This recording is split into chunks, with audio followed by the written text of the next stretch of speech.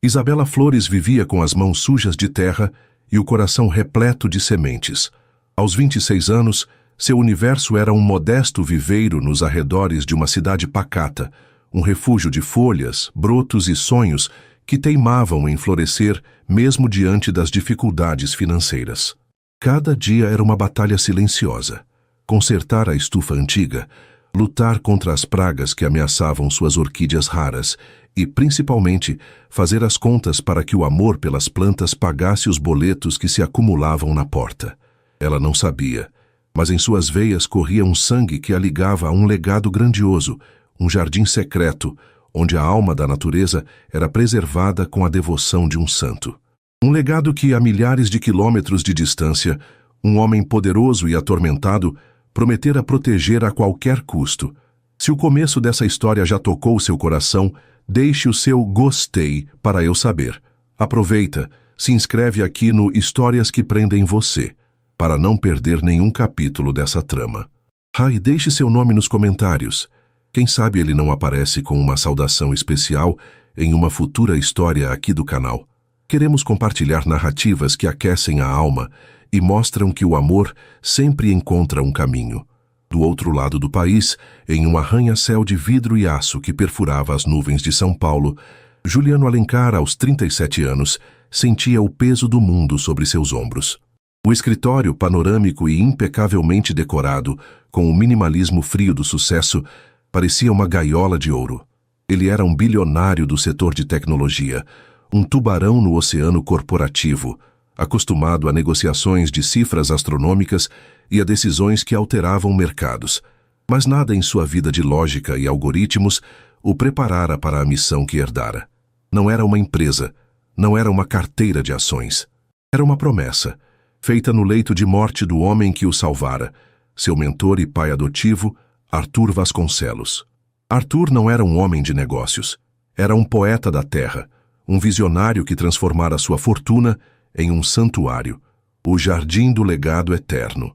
Um nome que soava grandioso, quase mítico, e de fato o era. Escondido em uma vasta propriedade na serra, longe dos olhos curiosos, o jardim não era um parque de diversões botânico.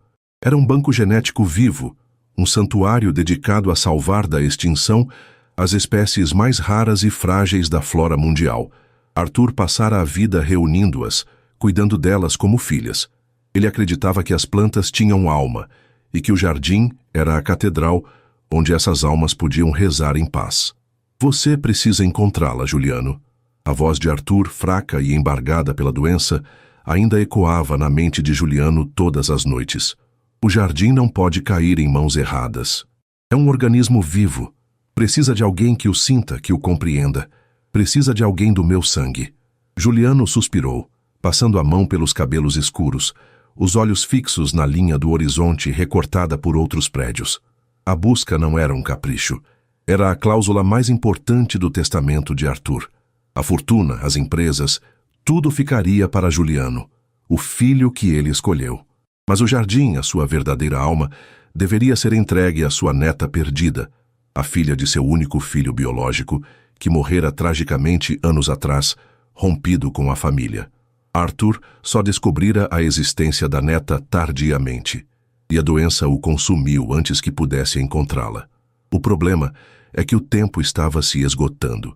Um rival corporativo, Hélio Drummond, um abutre do mercado imobiliário, já farejava a carniça.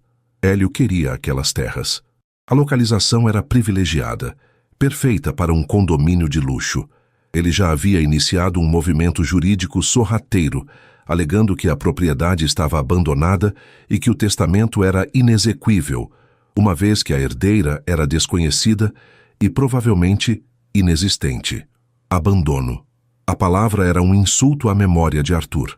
"Alguma notícia, Walter?" perguntou Juliano pelo viva voz, a voz grave e impaciente. "Senhor Alencar, bom dia. Sim, temos uma forte candidata. O nome dela é Isabela Flores, 26 anos. Botânica por formação, paisagista por paixão e necessidade. Mora em Verdejante, interior de Minas. Bate com todas as informações que tínhamos sobre o filho do Sr. Vasconcelos." Os testes preliminares de genealogia que conseguimos com material genético descartado indicam uma probabilidade altíssima. Juliano se inclinou sobre a mesa, o coração batendo um pouco mais rápido. Isabela Flores. O nome soava como poesia, um contraste gritante com os nomes duros e calculistas com que lidava diariamente. Flores, murmurou ele, parece predestinada. Ela é dona de um pequeno viveiro chamado Raízes Vivas. Pelo que apuramos, enfrenta dificuldades financeiras, vive de forma muito simples, projeta jardins comunitários para a prefeitura local, trabalhos pequenos, parece completamente alheia à sua origem. Uma imagem se formou na mente de Juliano. Uma mulher simples, talvez ingênua, vulnerável. Exatamente o tipo de pessoa que Hélio Drummond esmagaria sem piscar. Se ele simplesmente aparecesse com um exército de advogados e um contrato, a assustaria. Poderia fazê-la fugir, rejeitar tudo, e se ela rejeitasse, o jardim estaria perdido. A promessa quebrada. Mande-me tudo sobre ela, fotos, relatórios, rotina, tudo. E Walter. Juliano fez uma pausa, uma ideia audaciosa e intuitiva começando a se formar em sua mente. Ninguém da minha empresa, absolutamente ninguém pode saber disso. A operação é sigilosa. Principalmente Hélio Drummond não pode nem sonhar que a encontramos. Entendido, senhor. A chamada terminou, deixando Juliano em um silêncio pensativo. Ele se levantou e caminhou até a enorme janela. Lá embaixo a cidade se movia em um ritmo frenético e impessoal, um mundo de concreto que não conhecia o cheiro de terra molhada ou o toque suave de uma pétala. Ele olhou para a foto de Arthur em sua mesa, o sorriso gentil, os olhos que pareciam conter a sabedoria das árvores antigas. Ele não podia falhar. Enquanto isso, em verdejante, Isabela terminava de descarregar sacos de substrato de sua velha picape. O sol da manhã aquecia suas costas e o suor escorria por sua testa, mas ela sorria. Um beija-flor dançava em frente a um hibisco vermelho-sangue e o som dos pássaros era a trilha sonora de sua vida. Seus problemas eram reais. O aluguel do viveiro estava atrasado e uma conta de luz mais alta que o esperado a deixara sem dormir na noite anterior. Mas ali, entre suas plantas, ela se sentia rica. Ela entrou na pequena casa que ficava nos fundos do terreno. Era simples, com móveis antigos e um cheiro constante de jasmim e café fresco. Sentou-se à mesa da cozinha, com as mãos ainda sujas de terra, e abriu um livro antigo de botânica. As páginas amareladas continham anotações e desenhos detalhados de espécies raras. Era seu tesouro. Ela sonhava em um dia ter um laboratório, em poder pesquisar e talvez até salvar algumas espécies que via apenas nos livros. Um sonho distante, quase impossível, mas que alimentava sua alma. Mal sabia ela que o impossível estava batendo à sua porta, personificado em um homem que naquele exato momento analisava sua foto em uma tela de alta resolução a centenas de quilômetros de distância. Juliano observava a imagem que o detetive enviara. Isabela estava de joelhos na terra, o rosto levemente manchado de fuligem, sorrindo para uma pequena muda em suas mãos. Os cabelos castanhos, longos e ondulados, estavam presos em um coque bagunçado, e alguns fios rebeldes caíam sobre seu rosto. Ela não usava maquiagem e vestia roupas simples, de trabalho. Não havia nela o glamour ou a sofisticação das mulheres que circulavam em seu meio, mas havia algo mais. Uma luz. Uma autenticidade que o atingiu de forma inesperada. Era o mesmo brilho que ele via nos olhos de Arthur quando falava do jardim do legado eterno. Um sentimento avassalador o invadiu. Não era apenas o dever de proteger a herdeira de Arthur. Era um instinto, uma necessidade de proteger aquela mulher. A mulher do sorriso luminoso e das mãos sujas de terra. Ele fechou o arquivo. As abordagens corporativas não funcionariam com ela. Advogados e contratos a transformariam em um número, um problema a ser resolvido. Ela era a guardiã de um legado vivo e ele precisava que ela entendesse isso com o coração, não com a razão. Uma decisão se formou, clara e irrevogável. Ele não enviaria um representante, ele não faria uma chamada de vídeo. Ele iria até ela, mas não como Juliano Alencar, o bilionário. Ele precisava conhecê-la, entender sua alma, ver com seus próprios olhos se ela era, de fato, a pessoa que Arthur sonhara. Ele a conheceria em seu próprio mundo, em seus próprios termos. Naquela tarde, Juliano fez algo que não fazia há anos. Cancelou todas as suas reuniões da semana, ignorou as chamadas de seu conselho administrativo e pediu para seu assistente pessoal, a única pessoa em quem confiava cegamente, arrumar uma mala com roupas casuais. "Para onde vamos, Sr. Alencar?" perguntou o assistente perplexo. Juliano olhou mais uma vez para a foto de Isabela Flores. "Vamos para Verdejante. Tenho um projeto de paisagismo para contratar." A mentira formou-se em seus lábios com uma facilidade que o surpreendeu, mas no fundo de seu coração, ele sentiu que aquela era a única verdade que importava no momento. A verdade de que ele precisava se aproximar dela, não como um executor de testamento, mas como um homem que, pela primeira vez em muito tempo, estava sendo guiado por algo que não eram os números. Estava sendo guiado por uma intuição poderosa, uma força que o puxava em direção àquela mulher, a guardiã do legado, a mulher que, sem ainda saber, já começava a plantar uma semente em seu coração endurecido. A viagem de São Paulo a Verdejante foi uma transição entre mundos. Juliano Alencar, acostumado ao zumbido elétrico dos servidores, ao cheiro de ar-condicionado e ao asfalto quente, sentiu a mudança de forma visceral. A cada quilômetro que seu carro de luxo, silencioso e potente, devorava da estrada, o concreto cinza dava lugar a colinas de um verde exuberante. O ar que entrava pela janela entreaberta não era mais pesado com poluição, mas carregado com o perfume de terra úmida e vegetação selvagem. Era o cheiro da memória de Arthur. Ao entrar nos limites de Verdejante, ele reduziu a velocidade, sentindo-se um intruso em seu próprio plano. A cidade respirava em um ritmo diferente, um ritmo humano. As pessoas se cumprimentavam nas calçadas, as bicicletas eram mais numerosas que os carros, e o tempo parecia se esticar, preguiçoso sob o sol da manhã.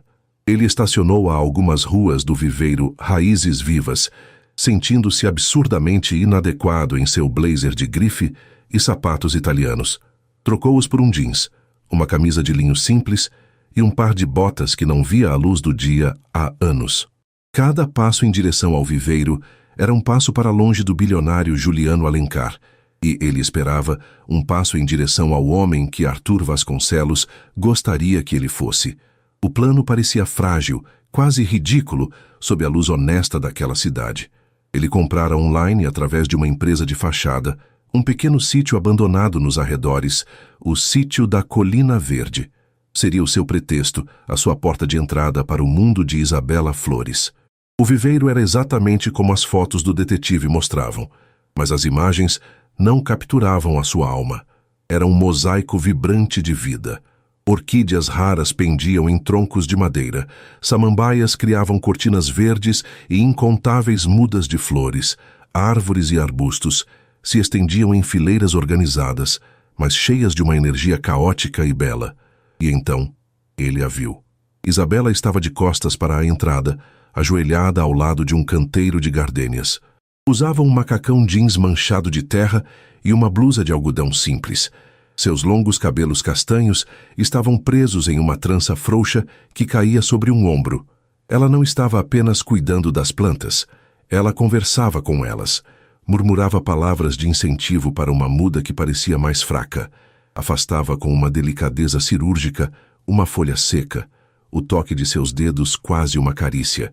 Naquele instante, o mundo de Juliano parou. O plano, a herança, o rival corporativo, tudo se dissolveu no ar perfumado do viveiro. O que ele sentiu não foi a satisfação de um estrategista que encontra seu alvo. Foi um soco no estômago, um reconhecimento que vinha de um lugar muito mais profundo que a razão. Ele não estava vendo uma herdeira ou uma peça em seu tabuleiro. Ele via uma força da natureza. A paixão dela era palpável, uma aura de dedicação e amor que o envolveu completamente. O coração, que ele pensava ser um órgão puramente funcional, treinado para suportar a pressão dos negócios, deu um salto doloroso e vivo em seu peito.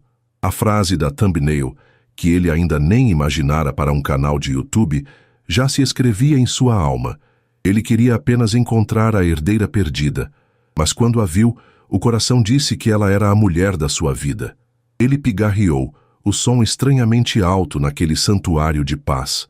Isabela se virou, assustada. Seus olhos, de um castanho profundo como a terra fértil, se arregalaram ao ver o estranho alto parado na entrada. Ela se levantou de um pulo, limpando as mãos sujas no macacão, um gesto instintivo e sem cerimônia. Pois não? Posso ajudar? A voz dela era suave, mas firme. Juliano sentiu a boca seca. Bom dia. Eu procuro a dona do viveiro. Isabela Flores? Sou eu, ela respondeu, inclinando a cabeça, curiosa. Aquele homem não era do tipo que costumava frequentar seu viveiro. Ele tinha um ar de cidade grande, um porte que não combinava com o ritmo de verdejante, mas não havia arrogância em seus olhos. Havia algo mais, uma intensidade, quase uma vulnerabilidade, que a deixou intrigada. Em que posso ser útil? Meu nome é Juliano, ele disse, omitindo o sobrenome de peso.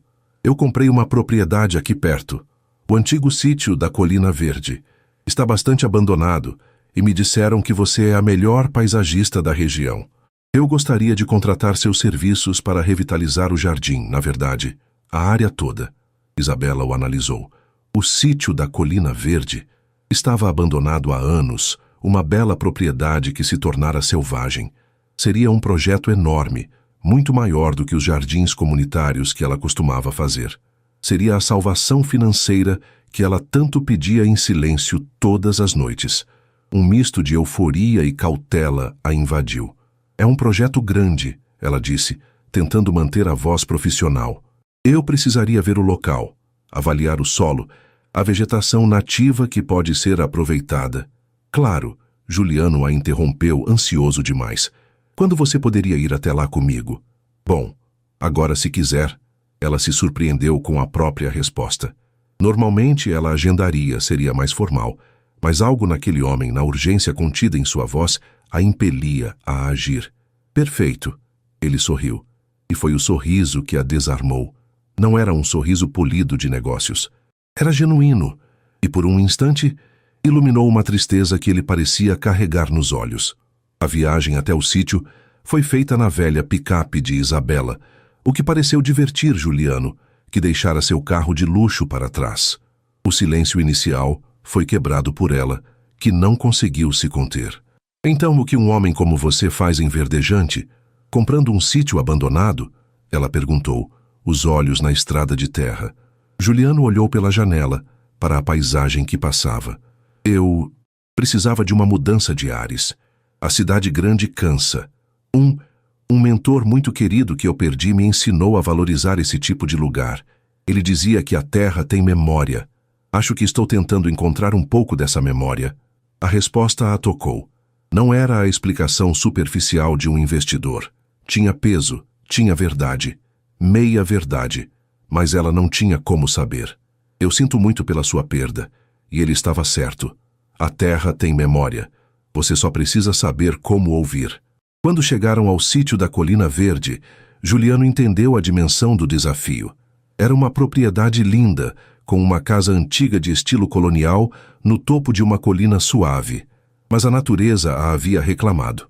O mato estava alto, trepadeiras cobriam as paredes e o que um dia fora um jardim era agora uma selva emaranhada. Para Juliano, era o caos. Para Isabela, era o paraíso. Seus olhos brilharam. Ela saltou da picape e caminhou, quase correu, para o meio do terreno, tocando as folhas, analisando a casca de uma árvore antiga, agachando-se para sentir a textura da terra. Olhe isso, ela exclamou com a empolgação de uma criança. É um jacarandá mimoso, magnífico.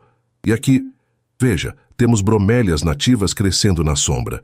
O solo é rico, um pouco ácido, perfeito para azaleias e camélias. Podemos criar um caminho de pedras aqui, levando a um pequeno lago que pode ser restaurado ali embaixo. Podemos ter um jardim de borboletas com plantas que as atraíam. Ela se virou para ele, o rosto corado de entusiasmo, as mãos gesticulando enquanto pintava um quadro vivo com suas palavras. Juliano ficou parado, apenas ouvindo. Ele não via uma paisagista descrevendo um projeto. Ele via a paixão de Arthur Vasconcelos manifestada em outra pessoa. A maneira como ela falava das plantas, com respeito, com intimidade, como se fossem velhas amigas, a conexão era tão profunda, tão inegável, que o deixava sem ar. "O que você acha?" ela perguntou, finalmente parando de falar, um pouco sem graça por ter se deixado levar. "Eu acho perfeito", ele respondeu, a voz mais rouca do que pretendia. "Eu confio em você. Faça o que o seu coração mandar." A frase o atingiu assim que a disse. Faça o que o seu coração mandar. Era o que ele estava fazendo, pela primeira vez em anos, e seu coração o mandava ficar ali, perto daquela mulher. Os dias que se seguiram foram um borrão de trabalho e descoberta. Juliano insistiu em ajudar, usando a desculpa de que queria se envolver no projeto. Passava os dias no sítio com Isabela, carregando ferramentas, removendo ervas daninhas, ouvindo-a falar por horas sobre fotossíntese, sobre a importância das abelhas, sobre como cada planta tinha sua própria personalidade. Ele, o homem que comandava um império digital, encontrou uma paz profunda em tarefas simples, físicas, sob o sol de verdejante. A atração entre eles crescia a cada dia, uma corrente elétrica que fluía no ar úmido da colina. Era nos olhares que se demoravam mais que o necessário quando ela lhe entregava uma ferramenta. Era na maneira como ele a observava trabalhar, fascinado, esquecido de tudo mais. Era no riso compartilhado quando um lagarto atravessou o pé dele e o fez pular. Uma tarde, exaustos e cobertos de poeira, eles se sentaram na varanda da casa antiga, dividindo uma garrafa de água. O sol começava a se pôr, pintando o céu com tons de laranja e rosa. "Você ama mesmo o que faz, não é?" Juliano perguntou, embora já soubesse a resposta. Isabela sorriu, um sorriso cansado, mas feliz. "É mais do que amor. É quem eu sou, desde pequena. Minha mãe dizia que eu aprendi a identificar folhas antes de aprender a ler. Às vezes acho que entendo mais as plantas do que as pessoas." Ela olhou para as próprias mãos, calejadas e sujas.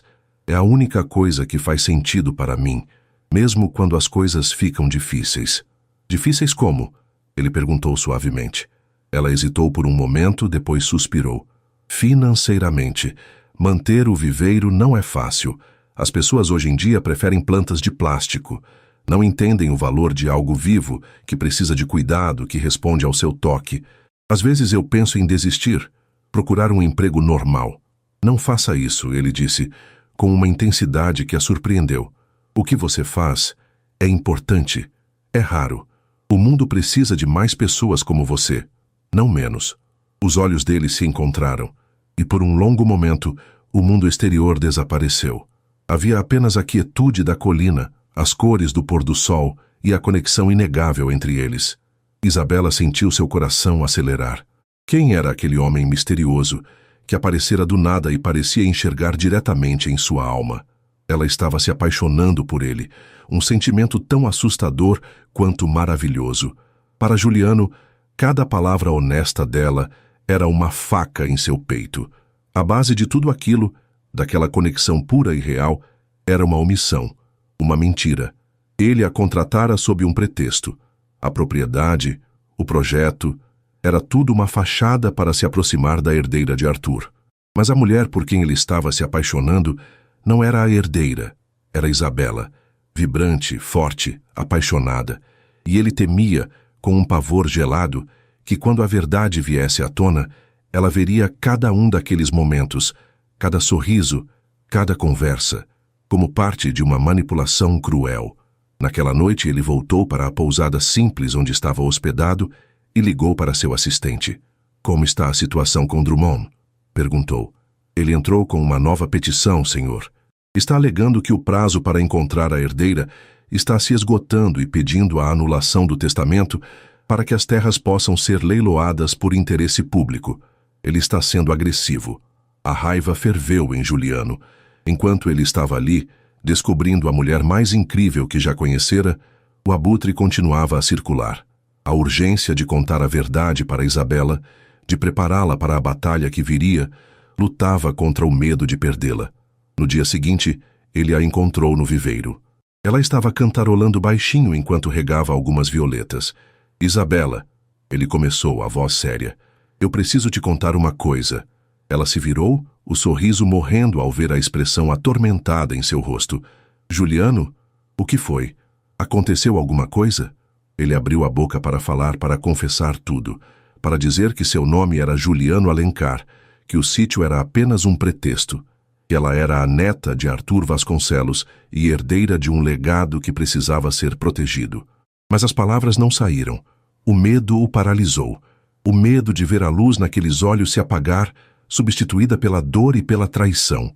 Se ele contasse agora, destruiria a confiança, a magia que eles construíram. Ele não podia suportar essa ideia. Ainda não. Eu só queria dizer que eu tive que estender minha estadia aqui. O projeto vai demorar mais do que eu pensava. Ele mentiu, a desculpa fraca soando patética aos seus próprios ouvidos. O alívio no rosto dela foi visível, e foi seguido por um sorriso tímido que o atingiu em cheio. Ah, que bom. Eu quero dizer, bom para o projeto. E fico feliz que você vá ficar mais tempo. Aquele sorriso, a sinceridade em sua voz, aprofundou ainda mais o seu dilema. Cada risada, cada toque, cada momento de conexão que eles compartilhavam o fazia se apaixonar mais profundamente. E cada um deles o enredava mais e mais na teia de sua própria omissão. Uma teia que ele sabia que, mais cedo ou mais tarde, iria se romper e destruir tudo. Ele salvara o encontro. Mas a que preço? Ele ganhara mais tempo com a mulher que amava, mas estava apenas adiando a tempestade que ele mesmo criara. Os dias em Verdejante haviam se tornado a nova realidade de Juliano. A rotina de acordar com o som dos pássaros, passar os dias com as mãos na terra ao lado de Isabela e adormecer com o cheiro dela em suas roupas era um bálsamo para sua alma cansada.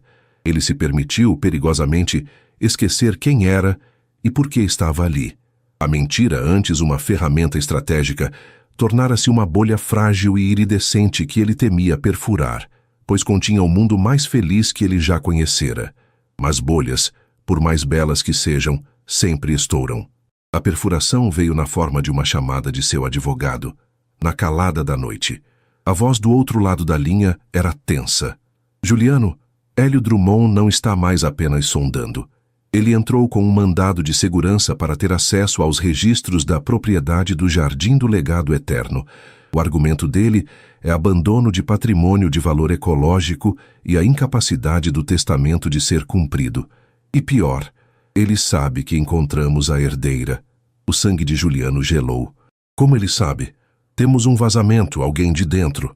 Ele não tem o nome dela ainda, mas sabe que ela existe e que não foi contatada formalmente. Ele está usando isso para pintar um quadro de negligência da sua parte.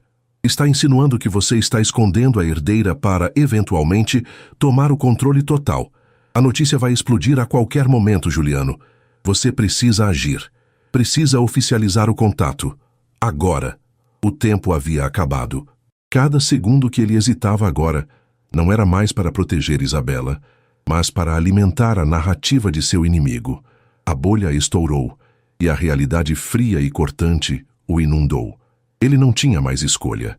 A tempestade que ele tanto temia adiar, agora precisava ser enfrentada, e ele a arrastaria para o olho do furacão. Na manhã seguinte, ele a encontrou no sítio da Colina Verde, o lugar que se tornara o santuário de ambos. Ela estava radiante, mostrando a ele como os primeiros brotos de lavanda que plantaram estavam começando a surgir. Seu sorriso era o sol da manhã de Juliano, e saber que estava prestes a apagá-lo era a tarefa mais cruel que já enfrentara. Isabela, precisamos conversar, ele disse, a voz soando estranha, desprovida da leveza que ela se acostumara a ouvir. Ela percebeu a mudança instantaneamente. O sorriso vacilou. Aconteceu alguma coisa? Você parece pálido. Vamos nos sentar na varanda, ele sugeriu, guiando-a pela mão. O toque dela, que antes era seu conforto, agora queimava com a culpa de sua traição. Eles se sentaram nos degraus de madeira da casa antiga, o cenário de tantas conversas e risadas. O silêncio se estendeu, pesado e agourento. Juliano lutava para encontrar as palavras, o roteiro que ensaiara a noite toda se desfazendo em sua mente. O que eu vou te dizer agora vai ser difícil de entender. Ele começou, olhando para as próprias mãos, incapaz de encarar os olhos dela. Eu não fui completamente honesto com você. O corpo de Isabela enrijeceu. Um calafrio de pressentimento percorreu sua espinha. Honesto sobre o quê? Ele respirou fundo, o ar parecendo não chegar aos pulmões. Meu nome é Juliano Alencar. Ele fez uma pausa, mas o nome não pareceu significar nada para ela. Ele continuou. E eu não vim para Verdejante por acaso, nem comprei este sítio para me reconectar com a natureza. Eu vim procurar você. A confusão no rosto dela era palpável. Me procurar? Por quê? Nós não nos conhecemos. Não, mas eu conhecia seu avô. O nome dele era Arthur Vasconcelos. O mundo de Isabela inclinou-se em seu eixo. Arthur Vasconcelos. O nome era uma lenda distante, um fantasma na história de sua família. O pai de seu pai. O homem rico e poderoso que seu pai abandonara antes mesmo de ela nascer, o motivo de uma dor familiar tão antiga que ela mal conhecia os detalhes, apenas as sombras. Meu avô, ela gaguejou, a mente girando. Mas ele... Meu pai disse que ele... Seu pai e Arthur não se falavam há anos, mas Arthur nunca deixou de procurar por ele, e depois por você. Ele faleceu há alguns meses, Isabela, e ele deixou algo para você. Juliano finalmente levantou o olhar, e o que viu no rosto dela foi um turbilhão de emoções. Choque, dor, confusão, mas ainda não a raiva. A raiva veio em seguida. Deixou o quê? Ela sussurrou. Um lugar, o projeto da vida dele, um santuário botânico chamado Jardim do Legado Eterno, um lugar para proteger espécies raras. Ele deixou para você, em seu testamento. Você é a única herdeira dele. A revelação pairou no ar, vasta e inacreditável. Herdeira, santuário, legado. As palavras eram de um conto de fadas, mas a realidade que começava a se assentar em seu coração era um pesadelo. A peça final do quebra-cabeça se encaixou e a imagem que se formou era horrível. Seus olhos se estreitaram. A confusão deu lugar a uma clareza fria e dolorosa. Então, este sítio, ela começou, a voz tremendo, foi um pretexto, ele admitiu, a palavra caindo como uma pedra entre eles. Eu precisava me aproximar, entender quem você era. Eu tinha medo que uma abordagem formal com advogados a assustasse. Me assustasse? Ela repetiu, a voz subindo uma oitava, carregada de uma incredulidade amarga. Ela se levantou de um salto, afastando-se dele, como se ele estivesse em chamas. Então tudo isso, cada conversa, cada risada, as mãos na terra, o pôr do sol, foi tudo uma mentira, um teatro. Você estava me estudando, me avaliando para ver se eu era digna da sua herança. Não, não foi assim. Ele se levantou também, desesperado para fazê-la entender. No começo, talvez, foi uma estratégia, mas depois, Isabela, tudo o que aconteceu entre nós foi real. Os meus sentimentos por você são reais. Eu me apaixonei por você, não pela herdeira. As palavras dele, que deveriam ser um consolo, foram o insulto final. Para Isabela, cujo passado a ensinara a desconfiar de promessas fáceis e do poder corruptor do dinheiro, aquilo era a manipulação em seu estado mais puro. Ele era um bilionário, um agente daquele mundo corporativo frio que ela tanto desprezava. Ele não era o Juliano sensível e perdido que ela amou. Ele era Juliano Alencar, um homem que usava pessoas como peças em seu jogo. Apaixonou-se por mim? Ela riu, um som quebrado, desprovido de alegria. Como eu posso acreditar em uma única palavra que sai da sua boca agora? Você mentiu sobre seu nome, sobre o motivo de estar aqui. Você brincou com a minha vida, com o meu trabalho, com os meus sentimentos. Você usou a minha paixão, a coisa mais sagrada que eu tenho, como uma porta de entrada para os seus planos. Você não é diferente deles. Você é exatamente o tipo de pessoa que meu pai me ensinou a temer. A dor da traição a cegou para qualquer outra coisa. A notícia de um avô, de uma herança, de um jardim mágico, tudo foi engolido pelo buraco negro do engano. Ela se sentia nua, exposta, tola, uma jardineira simples do interior que foi enganada por um milionário. E foi nesse exato momento de vulnerabilidade máxima que o mundo decidiu atacar. O celular de Juliano vibrou no bolso. 1, 2, 3 vezes. Ele o pegou instintivamente e a manchete de um grande portal de notícias brilhou na tela, cruel e implacável. Ele não precisava ler em voz alta. A expressão em seu rosto disse tudo. O que foi agora? Isabela perguntou, a voz gotejando sarcasmo. Mais uma parte do seu plano mestre? Ele lhe mostrou a tela, o coração pesado de pavor. Reviravolta na Fortuna Vasconcelos, herdeira perdida é jardineira humilde do interior. Fontes questionam capacidade de assumir legado milionário. O artigo era um massacre. Alimentado por fontes anônimas, claramente Hélio Drummond, pintava Isabela como uma figura simplória e despreparada, uma florista de cidade pequena, incapaz de compreender a magnitude do que herdara. Mencionava suas dificuldades financeiras como prova de sua incompetência administrativa. O texto sutilmente apoiava a ação legal que estava sendo movida para anular o testamento de Arthur, citando a necessidade de proteger um patrimônio de relevância mundial das mãos de alguém sem o devido preparo. Isabela leu cada palavra, o rosto passando de uma palidez chocada para uma máscara de fúria e humilhação. A sua vida, a sua luta diária, a sua dignidade, tudo estava ali, distorcido e exposto para o mundo zombar. Ela não era mais uma pessoa. Era uma caricatura, um peão em uma guerra de titãs. A traição pessoal de Juliano agora se fundia a uma humilhação pública insuportável.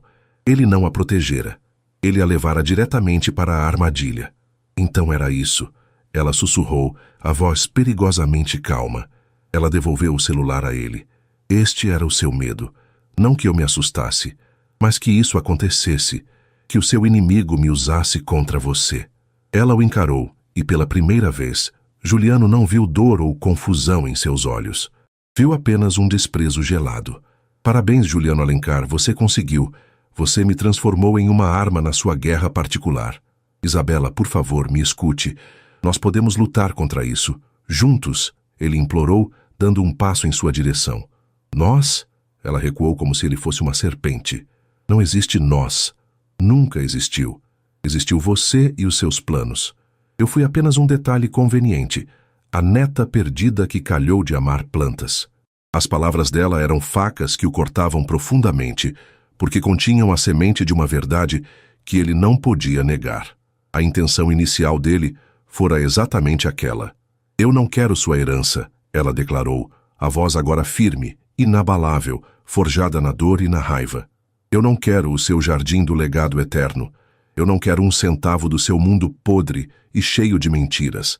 Meu pai fugiu disso por um motivo, e agora eu entendo qual é. Ele queria ser livre, e eu também quero. Ela se virou, pronta para ir embora, para apagar aquele capítulo terrível de sua vida. Fique longe de mim, ela disse por cima do ombro, a frase finalizando qualquer esperança que ele pudesse ter. Fique longe do meu viveiro, da minha cidade e da minha vida. Eu não quero mais ver você. Eu rejeito a herança. Diga isso aos seus advogados. Diga isso para a imprensa. Diga a eles que a jardineira humilde não quer nada com vocês. E então, ela se foi. Caminhou com as costas retas, sem olhar para trás, descendo a colina do sítio que fora o palco de seus sonhos e que agora se tornara a cena de sua mais profunda desilusão. Ela não desapareceria fisicamente, não ainda. Mas a Isabela que ele conhecera, a mulher que sorria para as flores e que se apaixonara por um estranho misterioso, essa sim, desaparecera para sempre. Juliano ficou sozinho na varanda, o celular ainda na mão, a manchete cruel brilhando sob o sol que agora parecia frio e distante. O cheiro de lavanda no ar era uma tortura. Ele havia perdido. Em sua tentativa de cumprir uma promessa, ele havia quebrado tudo. Havia perdido o elemento surpresa para seu inimigo, havia colocado a mulher que amava em uma posição de humilhação pública e no processo a fizera odiá-lo. Ele estava sozinho com a perda iminente do jardim do legado eterno e a perda, já concretizada, da mulher que era a única alma viva que poderia salvá-lo. A tempestade da verdade não apenas chegara, ela devastara tudo, deixando para trás apenas os destroços de uma promessa quebrada e um coração partido. Os dias que se seguiram à tempestade foram de um silêncio ensurdecedor. Para Isabela, o mundo havia perdido a cor. Seu viveiro, antes um refúgio de paz e propósito, transformara-se em uma fortaleza. Ela se trancou ali, recusando-se a ver ou falar com qualquer pessoa, ignorando as chamadas incessantes em seu celular de números desconhecidos, jornalistas, curiosos, aproveitadores. A humilhação pública a cobrira como uma mortalha. Cada folha que ela tocava parecia acusá-la de tolice. Seu amor pelas plantas, a coisa mais pura em sua vida, havia sido profanado, usado como isca em um jogo sórdido. A ferida da traição de Juliano era profunda, uma dor latejante que envenenava cada pensamento. Ela o odiava com a mesma intensidade com que, secretamente, ainda o amava, e essa contradição a estava despedaçando por dentro. Para Juliano, o silêncio de Isabela era uma sentença. Ele permaneceu enverdejante, hospedado na mesma pousada simples, sentindo-se um fantasma na cidade que por um breve período chamara de lar. Seus advogados o pressionavam, dizendo que sem a aceitação formal da herdeira, o caso estava perdido. Hélio Drummond já cantava vitória nos círculos empresariais, sua equipe jurídica preparando o golpe final para tomar as terras. A promessa a Arthur estava se esvaindo por entre seus dedos. Ele tentou ligar para Isabela dezenas de vezes. Foi até o portão do viveiro, mas encontrou-o trancado, uma barreira física que espelhava a barreira emocional que ela erguera. Desculpas, promessas, argumentos lógicos. Ele sabia que nada disso funcionaria. As palavras dele haviam perdido todo o valor. Ele não podia consertar o que quebrara com mais mentiras ou meias-verdades. Em uma noite de desespero, remoendo sua falha no quarto impessoal da pousada, ele abriu sua mala, e seus olhos caíram sobre uma pasta de couro que trouxera consigo. Pertencia a Arthur. Dentro, entre velhos documentos e esboços botânicos, estava um diário de capa dura, gasto pelo tempo e pelo uso. Juliano nunca o lera. Considerava-o sagrado demais, pessoal demais. Mas agora, em um ato de pura rendição, ele o abriu. E enquanto lia as primeiras páginas, uma epifania o atingiu. Não era a voz dele que Isabela precisava ouvir. As palavras dele estavam contaminadas. A única pessoa que poderia alcançar o coração ferido de Isabela era o próprio Arthur Vasconcelos. Na manhã seguinte, ele dirigiu até o Raízes Vivas. O portão continuava fechado.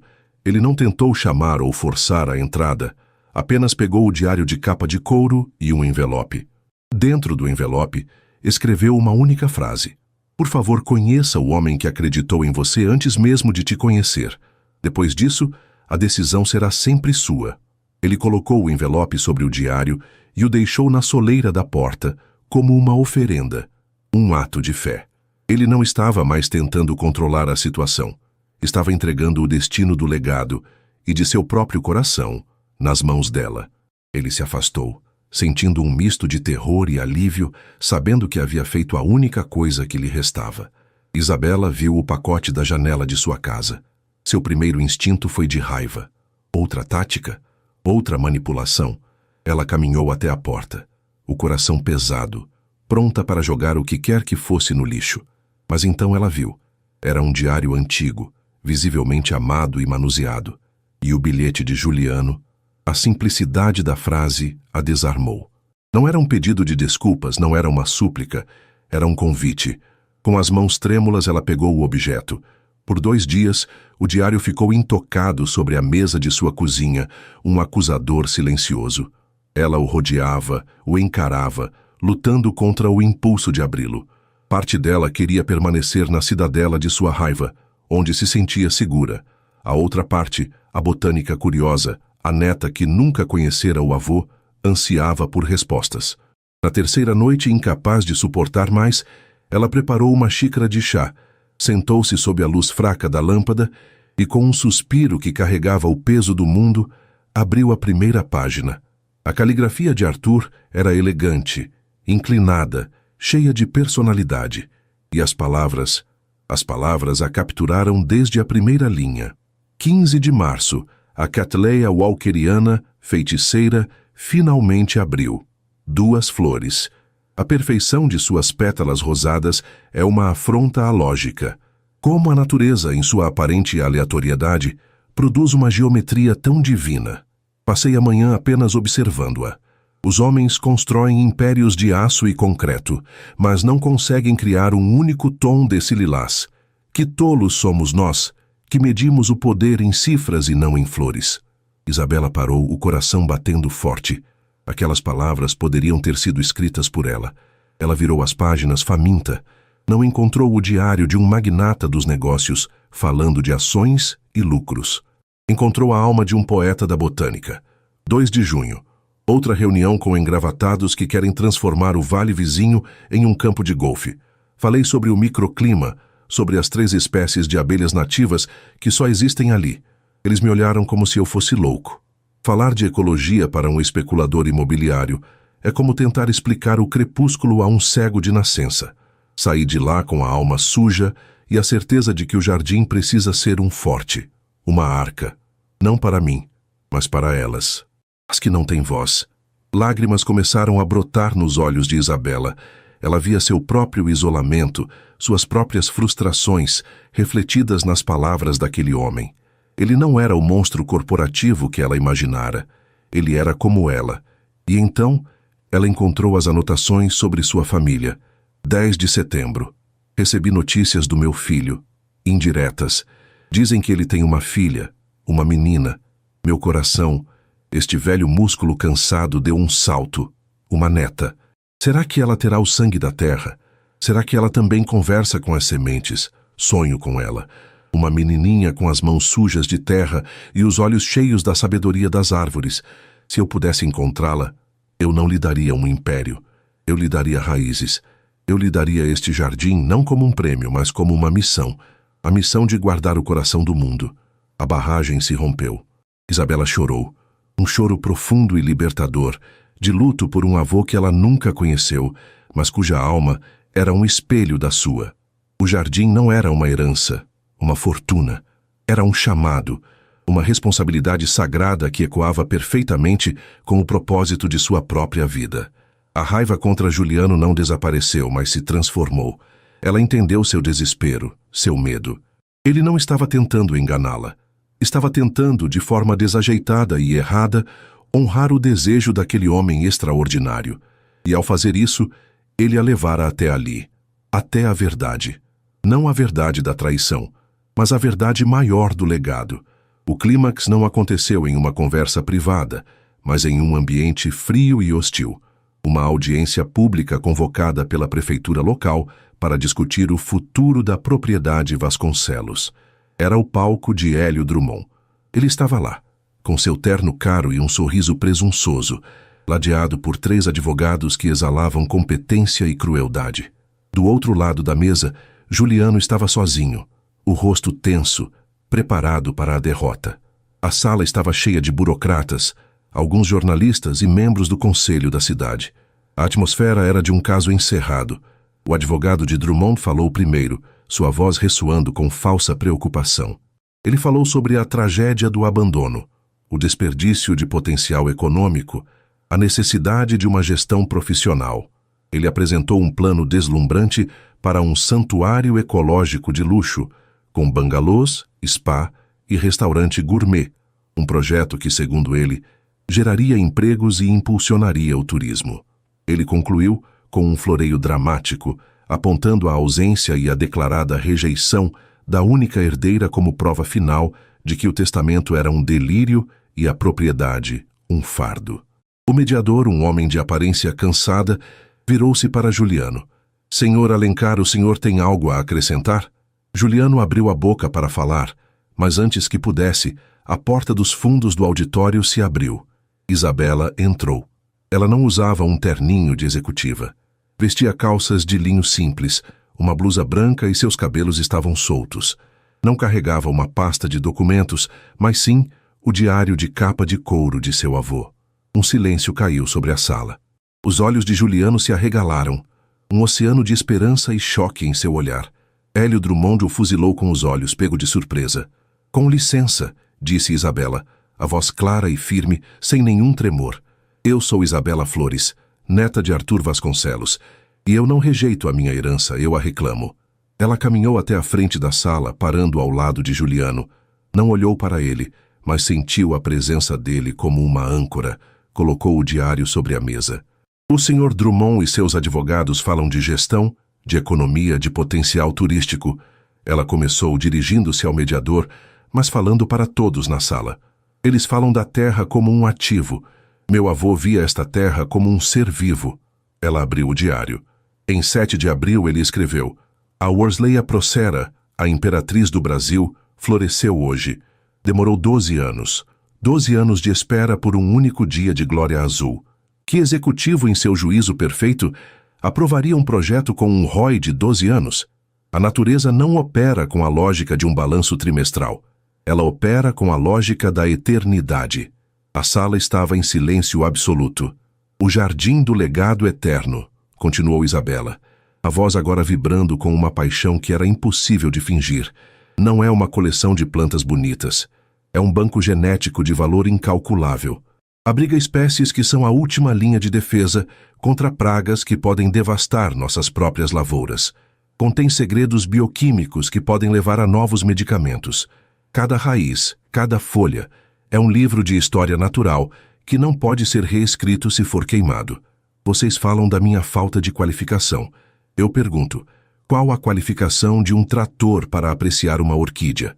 A minha qualificação não está em um diploma de administração.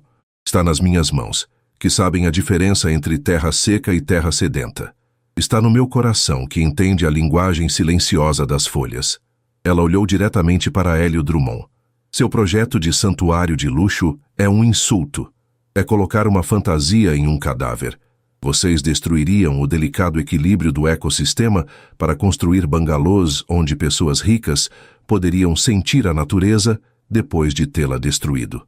A defesa dela era avassaladora. Era a verdade, dita com a autoridade de quem a vivia. E então Juliano viu sua deixa. A alma do argumento fora defendida. Agora era hora de proteger seu corpo. Ele se levantou e a energia na sala mudou novamente. O bilionário estratégico estava de volta, mas desta vez ele não lutava por si mesmo. A paixão e o conhecimento da senhora Flores, ele se corrigiu, são inquestionáveis. Mas vamos, por um momento, falar a língua que o Sr. Drummond entende, a do dinheiro. Ele projetou em uma tela um plano de negócios detalhado. A Fundação Vasconcelos, da qual sou presidente, tem um fundo perpétuo designado exclusivamente para a manutenção e pesquisa no jardim. Não precisamos de um único centavo de investidores externos. Apresento aqui um plano de sustentabilidade que inclui parcerias com universidades, programas educacionais para escolas locais e pesquisa de ponta, transformando o jardim em uma fonte de conhecimento e não de lucro. O plano do Sr. Drummond, que minha equipe analisou esta manhã, ele lançou um olhar cortante para Hélio. É, na verdade, financeiramente inviável a longo prazo e depende de isenções fiscais que esta cidade não pode conceder sem prejudicar outros serviços. Ele não quer salvar a natureza. Ele quer um paraíso fiscal com uma bela vista. Ele desmantelou cada ponto do argumento de Drummond, usando sua perspicácia estratégica e seus vastos recursos para expor a ganância por trás da fachada ecológica. Isabela provara que tinha o coração para o legado. Juliano provara que tinha os meios para protegê-lo. Juntos eles eram imbatíveis. Hélio Drummond estava lívido, seus advogados remexiam papéis em pânico. A opinião na sala virara completamente. A combinação da defesa apaixonada e sábia de Isabela com o ataque cirúrgico de Juliano foi demolidora. O mediador, não mais cansado, mas visivelmente impressionado, encerrou a sessão, declarando que a herança de Isabela Flores seria respeitada e que a proposta de Drummond estava fora de questão. Na confusão que se seguiu enquanto Drummond e sua equipe se retiravam às pressas, Juliano e Isabela permaneceram parados, lado a lado. O mundo ao redor deles parecia distante. "Obrigada", ela sussurrou ainda sem olhá-lo diretamente. "Eu é que agradeço", ele respondeu, a voz embargada. "Você salvou a alma dele, Isabela." Ela finalmente se virou para ele. A raiva se fora. A dor ainda estava lá, nas sombras, mas na superfície havia respeito, havia compreensão, e havia a semente frágil de algo novo, ou talvez a redescoberta de algo que nunca morrera. Eles não salvaram apenas um jardim. Eles salvaram a possibilidade um do outro. A parceria improvável entre a guardiã e o bilionário estava finalmente solidificada. A vitória na audiência pública não foi como o estourar de uma champanhe. Foi mais como a calmaria que se segue a uma tempestade devastadora.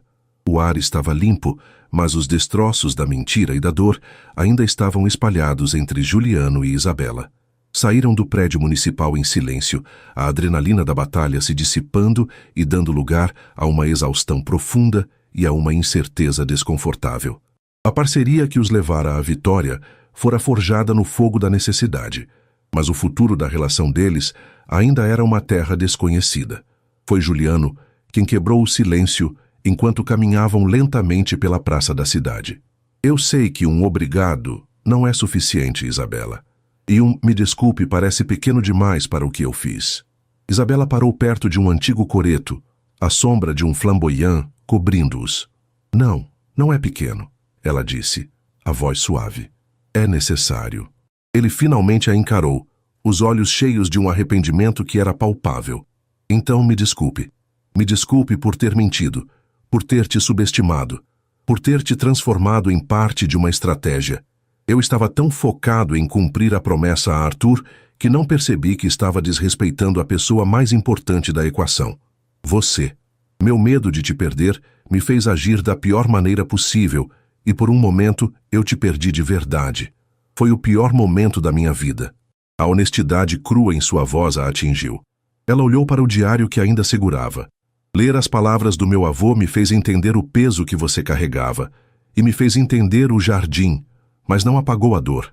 Eu me senti uma tola, Juliano, e essa humilhação foi real.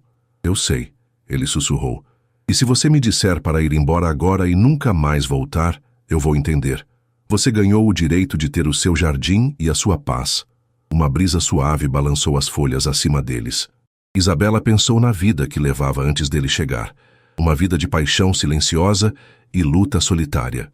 Ele havia virado seu mundo de cabeça para baixo, causara-lhe uma dor imensa, mas também a levara ao seu destino. Ele lhe dera um avô, um legado e, o mais importante, a chance de realizar o sonho mais profundo de sua alma em uma escala que ela nunca imaginara.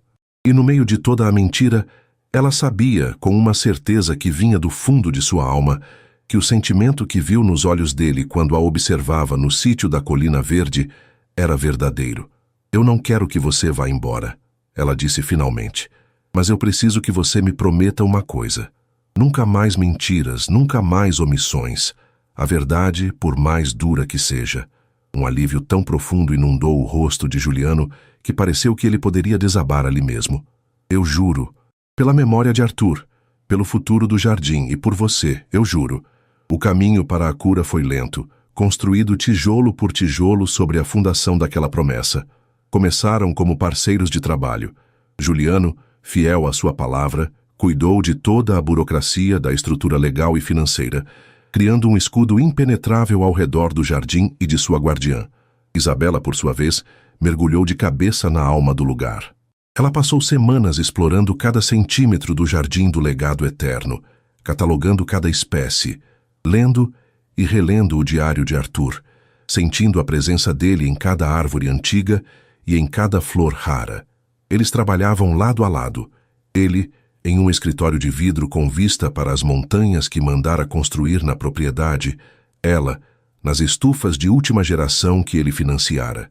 E nas longas horas, a confiança começou a ser reconstruída. Ele via a genialidade dela em ação, a forma como ela parecia conversar com as plantas, diagnosticando problemas com um simples olhar.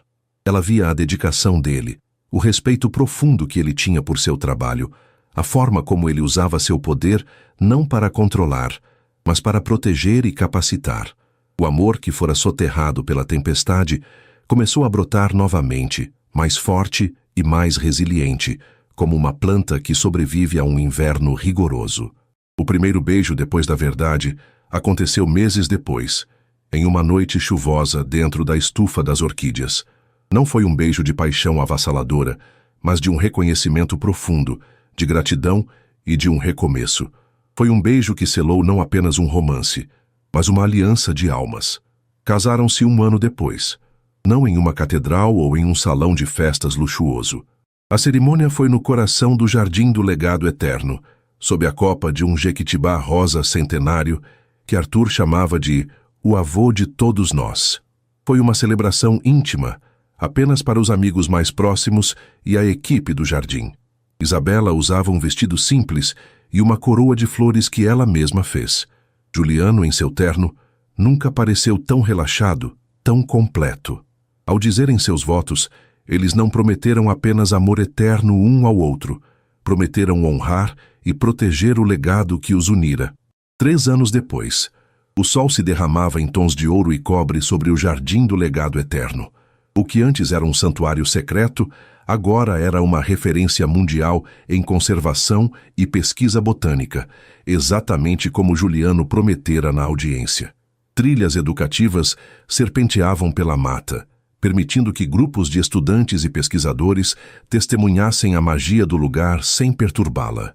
Laboratórios de ponta trabalhavam na propagação de espécies em risco, e o nome de Isabela Flores Alencar era reverenciado nos círculos acadêmicos como uma das visionárias mais importantes de sua geração. Juliano caminhava de mãos dadas com Isabela por uma dessas trilhas, o ar da tarde morno e perfumado com o cheiro de jasmim da noite. Ele abandonara completamente seu escritório em São Paulo, gerenciando seu império tecnológico remotamente, a partir do paraíso que construíra com sua esposa.